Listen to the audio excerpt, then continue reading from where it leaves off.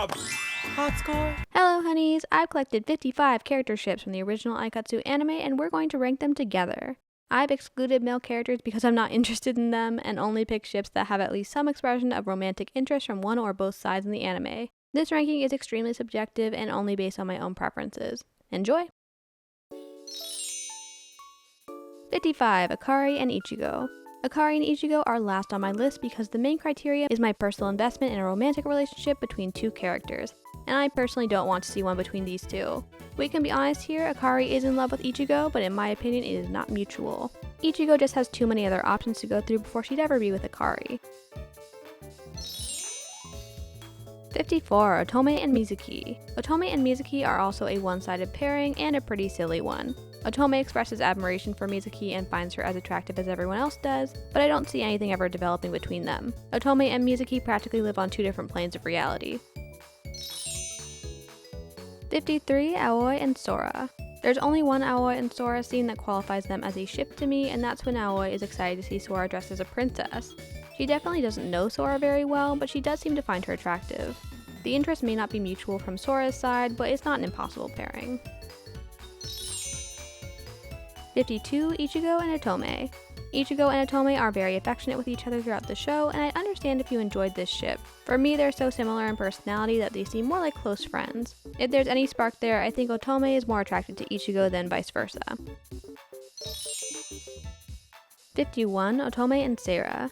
Otome and Sarah also have only one scene that indicates that Otome might have a tiny crush on Sarah. When they're randomly paired together, Otome is uncharacteristically shy around her. She gets over it quickly and they go on to have a friendly dynamic, but the seeds are there. I think Sarah is totally the type to get wrapped up in typical Otome shenanigans. 50. Aoi and Eureka. Aoi is an Idol fan and that makes her a Eureka fan. She's called Eureka cute before and Eureka has gotten flustered around her. Beyond that, the vast majority of their interactions are platonic as far as I can tell. They have the potential to have a more playful, flirtatious dynamic, but they don't seem to be that into each other.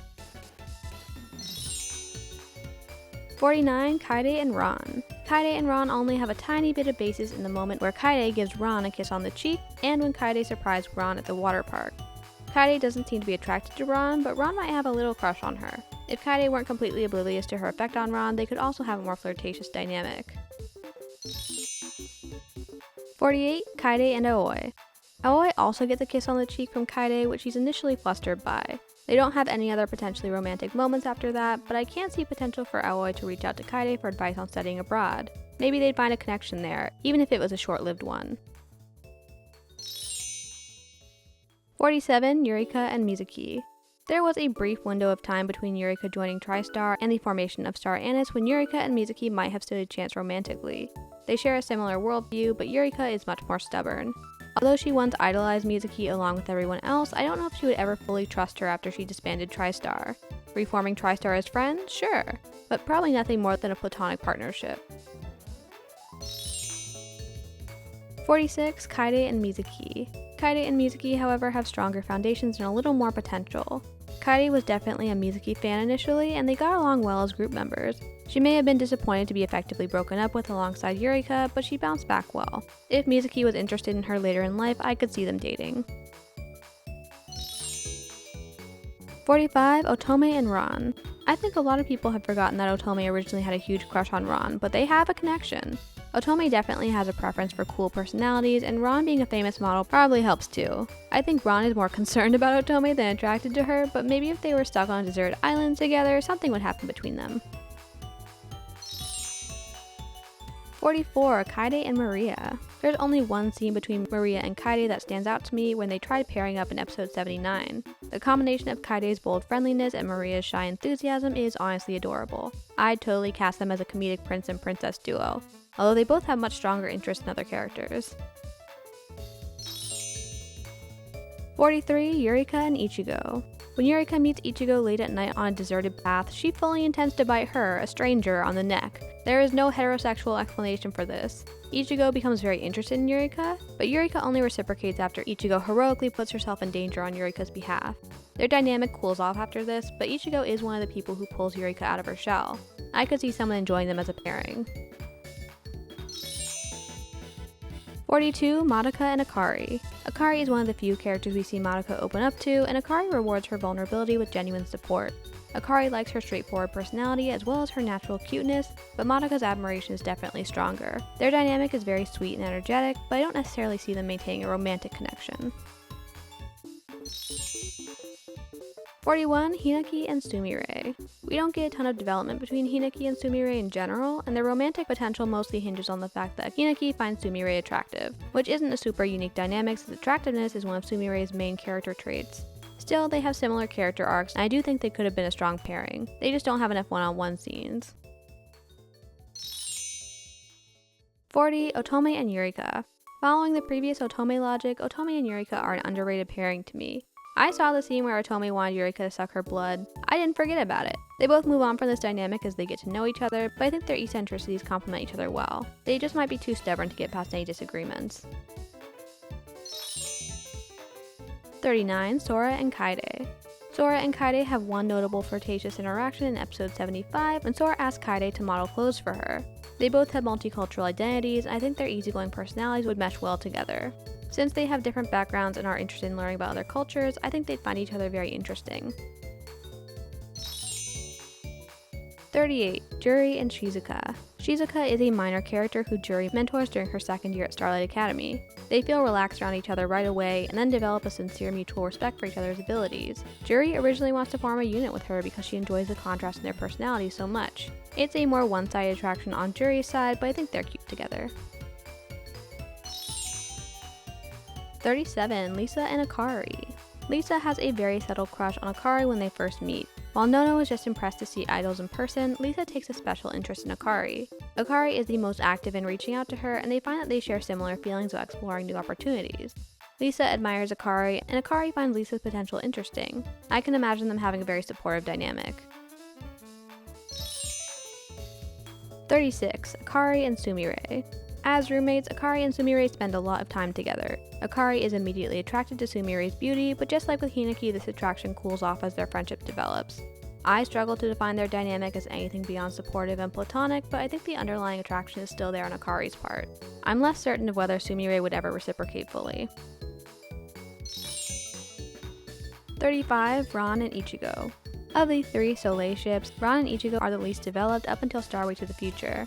They do have a close friendship and a playful dynamic, but their romantic potential is very muted. Ran's perspective on Ichigo is mostly shaped by the way Aoi treats her, and it's only when Aoi leaves that they settle into a more subdued dynamic on their own. 34. Hinaki and Akari.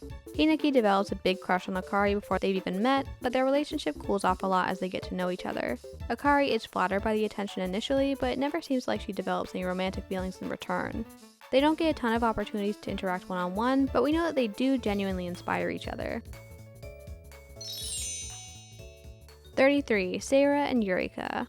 If you've never thought about the fact that both Seira and Eureka like rock music, then it's time to start thinking about it.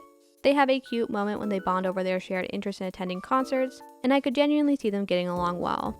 Seira is straightforward enough not to get caught up in Eureka's standoffishness, and Eureka has a deep appreciation for Seira's passions. 32. Akari and Yu. Yu is Akari's first roommate at Starlight, and although they're separated in the show, they maintain a long-distance friendship. They both value each other a lot and are proud of each other's achievements. It's really nice to see them reunite, and Yu's fascination with Akari is one of her most defined motivations.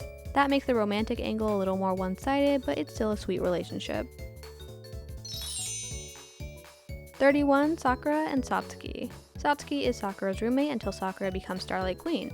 I didn't initially see much chemistry between them, but when they pair up for the Partners Cup and start talking about colliding souls, I changed my mind. I like how passionate Sakura becomes thanks to Satsuki's influence, and it's nice to see them become so close despite their differences. 30. Sakura and Maria. Sakura and Maria only have a small moment of development in episode 69 where Sakura seems to develop a little bit of attraction to Maria. They have similar upper-class backgrounds, but their family lives are totally different. Sakura is smothered by her family, while Maria is usually left waiting for hers. They love the same fantasy stories, but connect to them in different ways. Their dynamic would be really cute to explore. 29. Kaede and Ichigo. When Kaede first arrives at Starlight, Ichigo is one of the only people who welcomes her with open arms. Kaede immediately feels comfortable around her, and Ichigo is drawn to Kaede for her unique perspective. Their worldviews are so compatible that Kaede is able to successfully guide and cheer up Ichigo, especially when it comes to her fear of being left behind by Mizuki. Kaede clearly has a soft spot for her at the very least. 28. Ran and Mizuki. Although Ran and Mizuki had a rocky start thanks to their conflict in TriStar, I think it's that conflict that creates space for a romantic connection between them. Ran isn't who Mizuki assumed she was, and Mizuki isn't who Ran assumed she was either. I think their shared seriousness is a good foundation for them to build respect and admiration for each other on a more genuine level. They just have to get to know each other better. 27. Seira and Ichigo. I can understand if you see romantic undertones in Ichigo's and Seira's relationship from the beginning of their rivalry, but for me it really starts during their time in Aikatsu 8. Their competitiveness blossoms into mutual support and a real emotional partnership. This partnership fades after the Twinkle Star Cup, but I like seeing them push each other in new directions. 26. Aoi and Mizuki. Aoi and Mizuki were a very weak pairing until Starway to the Future when they became closer friends in college. They were studying abroad in different countries, but their intellectual side still brought them together. Aoi has always found Mizuki attractive and been a fan of hers, but Mizuki didn't interact much with her. When they did cross paths, she appreciated Aoi's intelligence and quick wit. I'd be curious to see them in a more mature relationship. 25. Otome and Sakura. There's a strong connection between Otome and Sakura, but I think whether you see that connection as romantic or not will depend a lot on your preferences. Both their dynamic as members of the same group and fellow Starlight Queens are interesting, but for me it feels a little one-sided. I could see Sakura being attracted to Otome, but Sakura isn't exactly Otome's type. I'd enjoy an unrequited love story between them. 24. Otome and Shion. Shion, on the other hand, is a perfect foil to Otome's eccentricities. I see them similarly to Otome and Ran, but Shion has proven to be more susceptible to Otome's schemes. That makes her a better romantic candidate in my eyes, since at the end of the day, Otome wants others to play along with her. But whether Shion fully reciprocates is up for debate. They might be more of an on-again, off-again couple. 23. Mizuki and Mikuru. I'm aware of the controversial nature of my opinions on Double M. I fully recognize that they were once in love, but I also recognize them as exes who shouldn't get back together.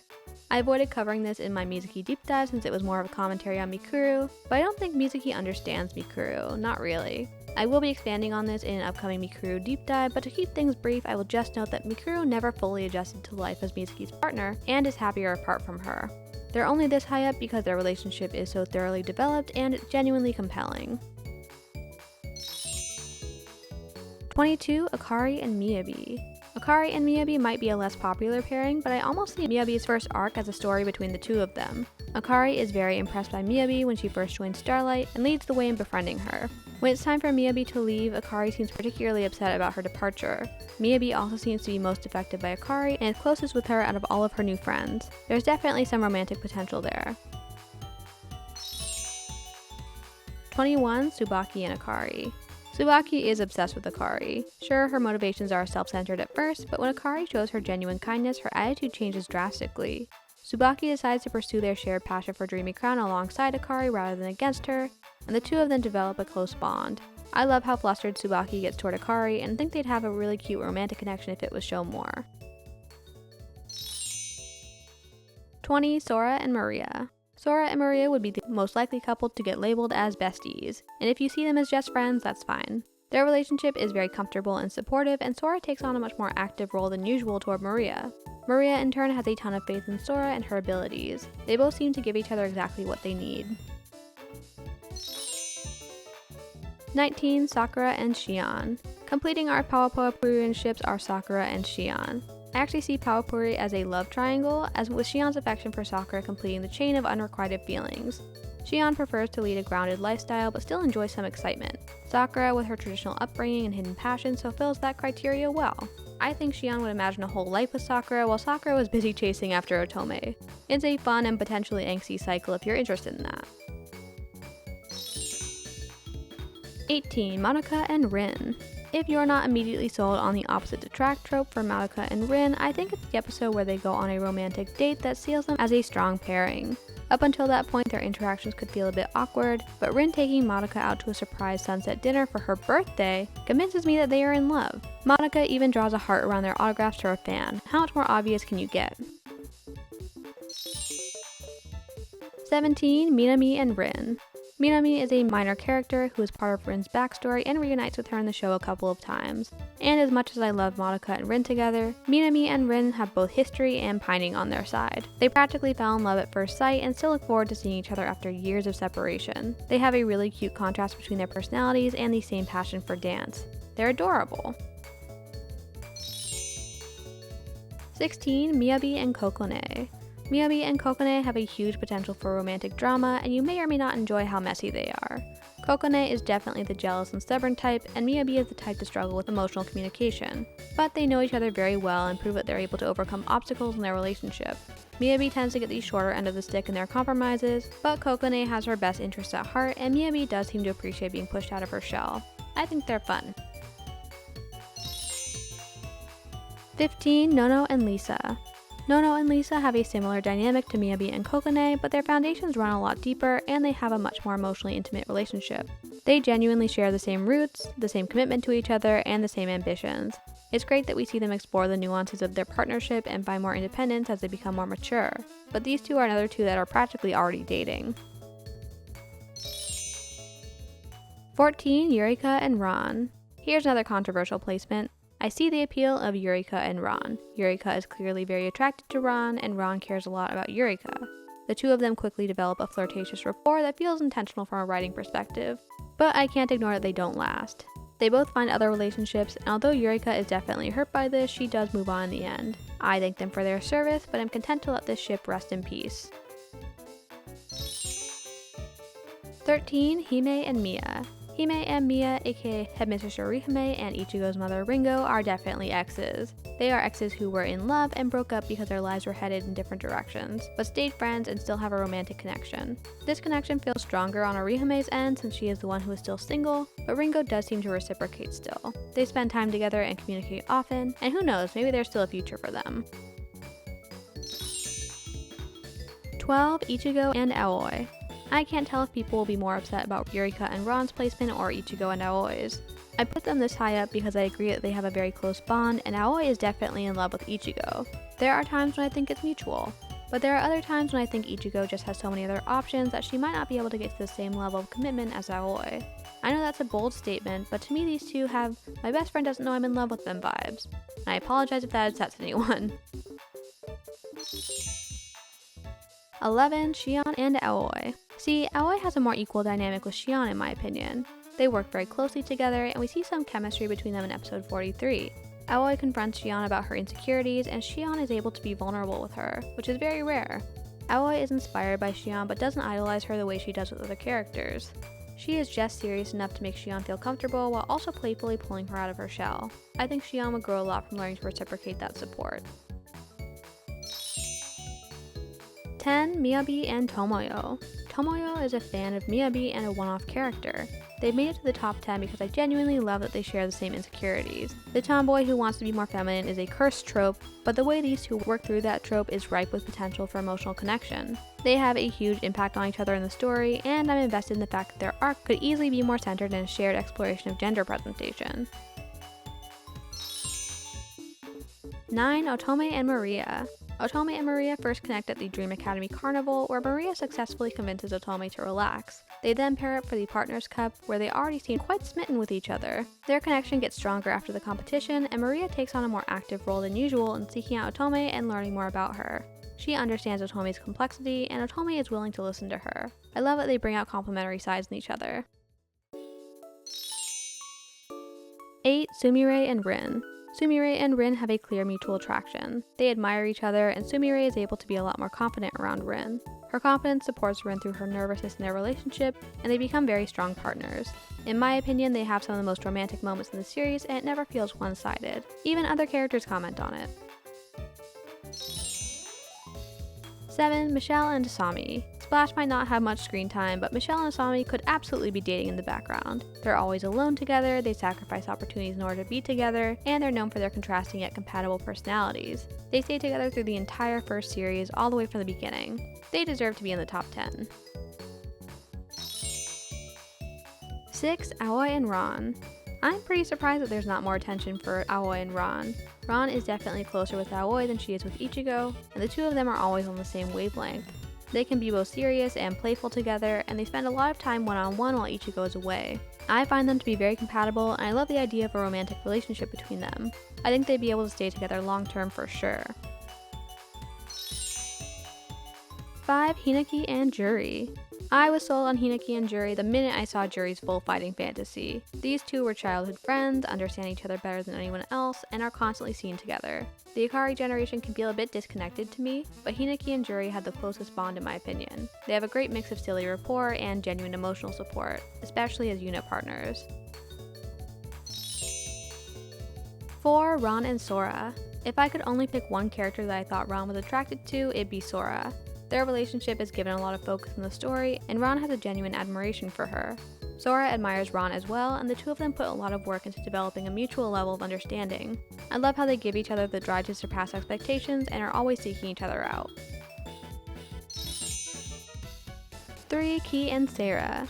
My take on Ki and Sarah might be biased, but they have one of my favorite dynamics in the show. They are extremely loyal to each other and work hard on each other's behalf. We see them overcome conflict, support each other's growth, and express a deep level of care and understanding of one another. They're just too cute. I want them to be together forever.